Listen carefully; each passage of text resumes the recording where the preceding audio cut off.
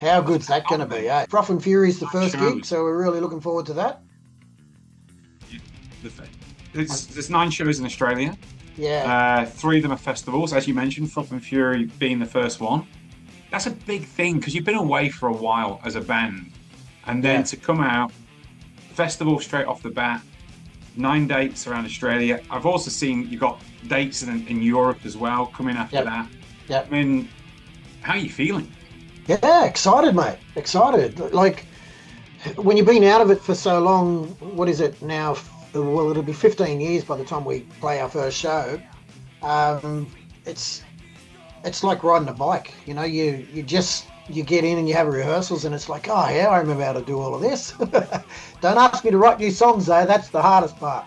But yeah, no, when we first started rehearsing, you know, we were a little bit clumsy.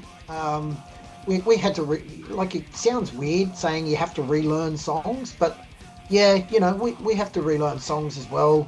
I'm a bit forgetful when it comes to lyrics, so yeah, I had to write lyrics down and go, oh, that's what I used to say there. That's right, you know. It sounds weird saying that, but yeah. But look, we've had quite a few rehearsals now, and it's sounding freaking awesome, man. You know, like all this new technology. We're just sounding 100 times better than we sounded 15 years ago, mate. And that's an honest assessment from me, and I'm like the hardest critic. You know, if I didn't think we were better, then I wouldn't say it, but we're 100 times better. Nice. I was going to actually, it's one of my questions I was going to ask about the different world from 2011. I mean, all the way back to the fucking 80s, to be honest, to the world that you're in now. Because in the 80s, you in Australia, you stood alone as a thrash metal band, looking at everything going on in Europe and in America. Now thrash metal does actually have a bit of a scene here in Australia. I mean, how much was that annoying in the 80s, and then now how proud is it that you were basically the forefathers of it in Australia?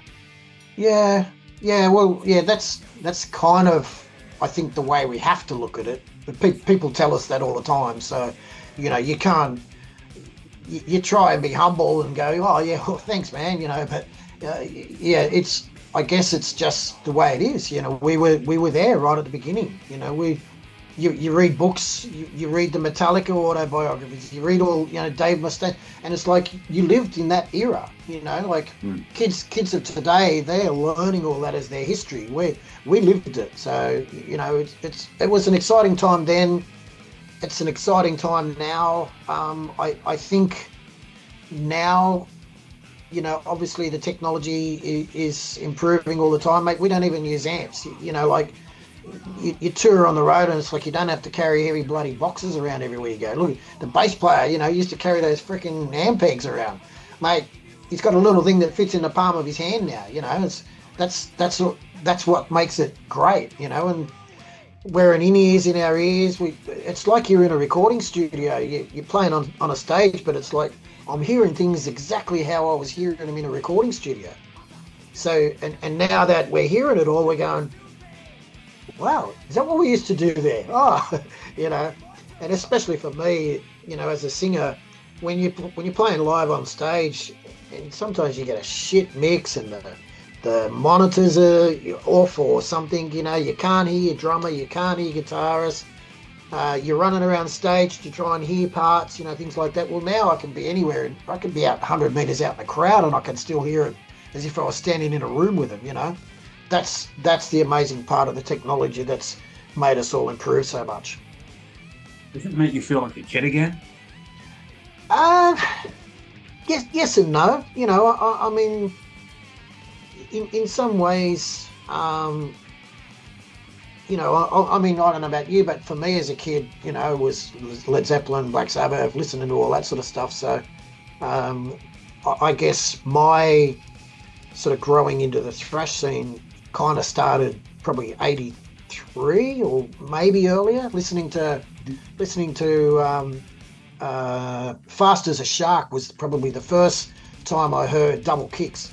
You know, I'm going, oh my God, that's what I want to hear. I want to hear the drums going crazy like that, you know. And then hearing Kill 'Em All in probably 84, and we're like, oh my God, this is what we have to be. This is, doing that sort of stuff.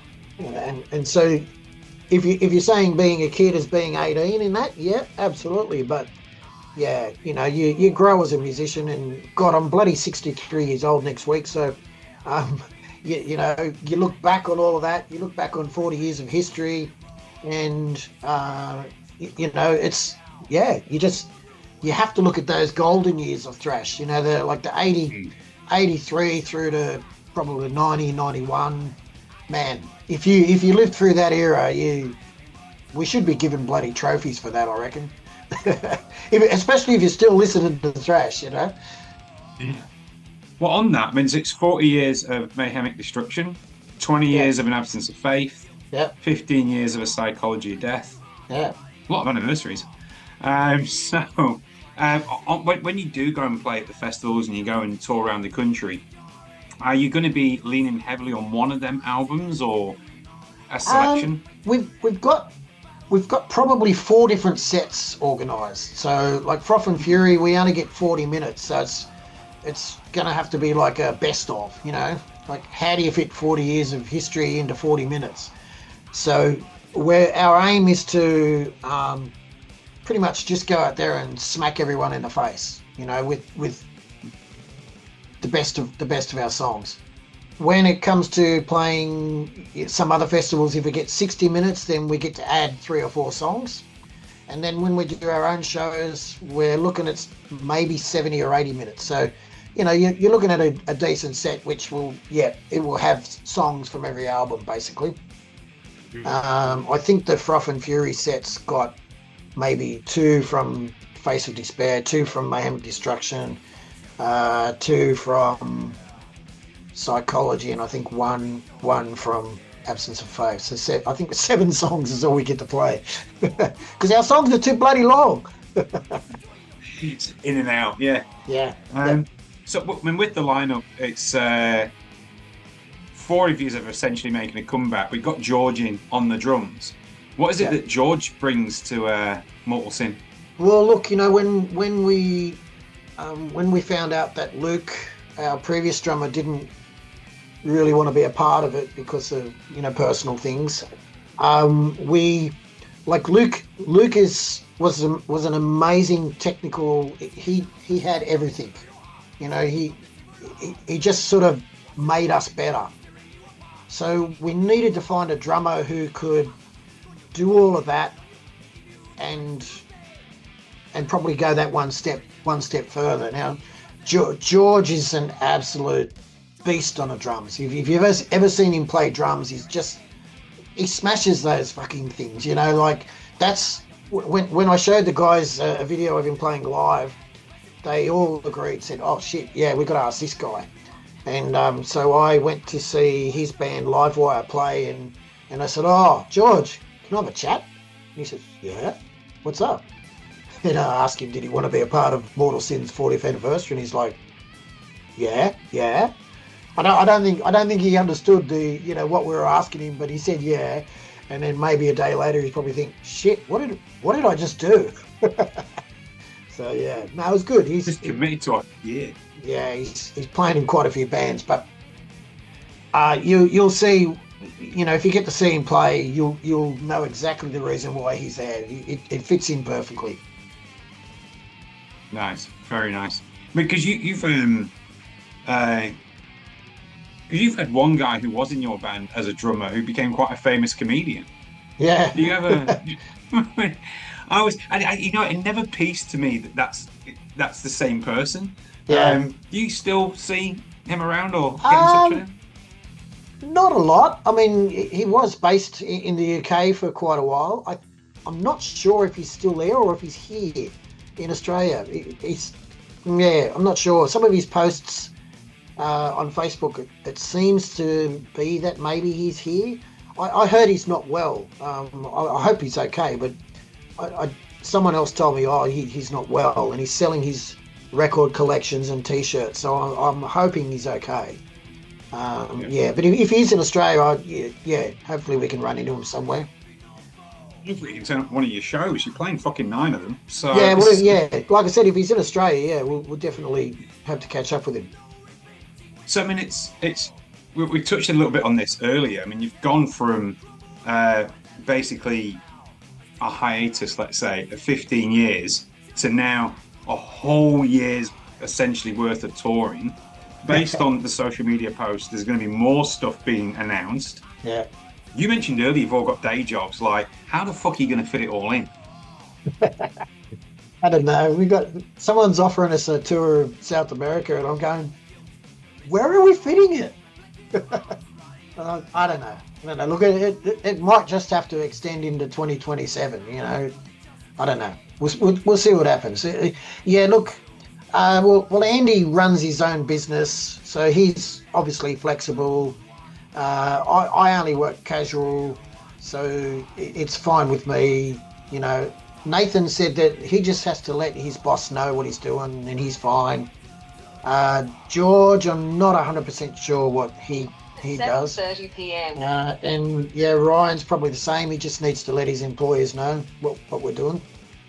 But it's spaced out pretty well. You know, there's plenty of time in between things. It's just a matter of, if people keep asking us to play, do we get to a point where we go, yeah, look, I think we've done enough, or do you upset people? And you know, I don't know.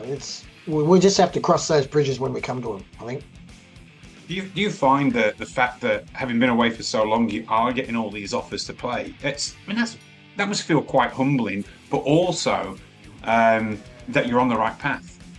Yeah, absolutely. You know, I had to say to the guys, we got an offer to play with Destruction when they're coming here in February, but I had to knock it back because it's too close to our tour. And we've been mates with 𝗙𝗵𝗁 for a long time. You know, we were talking about bringing them over in September, October, but obviously because they got offers in China and Japan, someone else said, I'll bring it to Australia. And then there's Anthrax is coming in March as well, which it's about a week after us. And yeah, we were kind of hoping it wasn't going to clash. And yeah, so there's a lot going on. And I think Warbring is in April as well. And now 𝗙𝗵𝗁𝗃 is announcing that they're coming on. That better not be when we're playing too. So yeah, there's like, I don't know what it is. There's a thrash resurgence. Is it because of us? I don't know. Is it? Yeah. Just the thrash is making waves again. You know, which is good because metalcore's like got really big. So good to see thrash coming back. Anyways. Yeah, I'm quite fluid with my musical taste, but I do like my metalcore. But I also feel that metalcore's kind of, you can see the end in sight. So it's like, well, what else is now going to fill that void? Well, like for me, the metalcore that I listen to is on the more progressive side and the gent side, which I think that if it dies, that will stay. But yeah, it's quite one-dimensional. You know, like I could listen to 10 bands and I go, is that the same vocalist in all those 10 bands? You know what I mean? But that's just me, you know. Yeah. Being a vocalist, the first thing you listen to when you listen to stuff is the vocalist, you know. So yeah, I'm not, like, if there's a metalcore band that does a lot of clean stuff and it's a really good clean, they're the ones that I listen to. But the ones that are just all Cookie Monster, you know, death metal kind of vocals, yeah, I can listen to a bit of it, but it's not really on my playlist. So, I mean, metalcore is the young man's game. Yeah. People wouldn't have seen your band for so long. So when the young men go from watching a metalcore band, they see Mortal Sin on stage, what can they expect from you? Well, this is the challenge. You know, we like Polaris headlining Froth and Fury, Aussie band. You know, great. You know, that's unreal in its own, but we need to go out there and go, hey guys, yep, Polaris, yep, great. Mortal Sin, hello. Yeah, it's going to be hard because I think we're playing in the inside stage, and I hope we don't get a clash with someone big or something like that. But I'm hoping that people will hear us play, even if they're not where we are. They might go, geez, that sounds fucking good. Let's go and check this band out. You know, that's all you can do. Is we're lucky that we got really catchy songs, and we got really popular songs like within our fans. So if it's popular within our fans, then surely we can make new fans, and that's the goal. We with Froth and Fury, it's basically our it's either going to be a train wreck or it's going to be so brilliant that people are just going to go, oh my god, fucking Mortal Sin were unreal. Which, yeah, that's what we're aiming for. One of the things, you may have picked up, you know, from our conversations, especially about that shirt.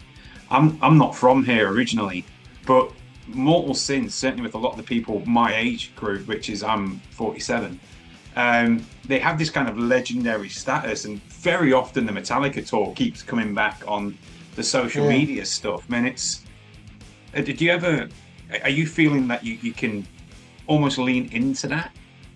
Yeah, definitely. I mean, we'll ride whatever wave's there, you know. If the talk, I was going through some folders today because I was looking for something, and I come across a whole bunch of reviews, and you know, in the early days, it said, oh, you know, Mortal Sin, Australia's the answer to Metallica and all of this. But you know, the funny thing is, that was probably the biggest hurt for us, was that because we came from Australia, and you know, being so far away from where everything was happening. You know, yes, we got a major record deal. We kept crying out, come on, take us to Europe. Oh, you're not ready yet. Oh, no, blah, blah, blah.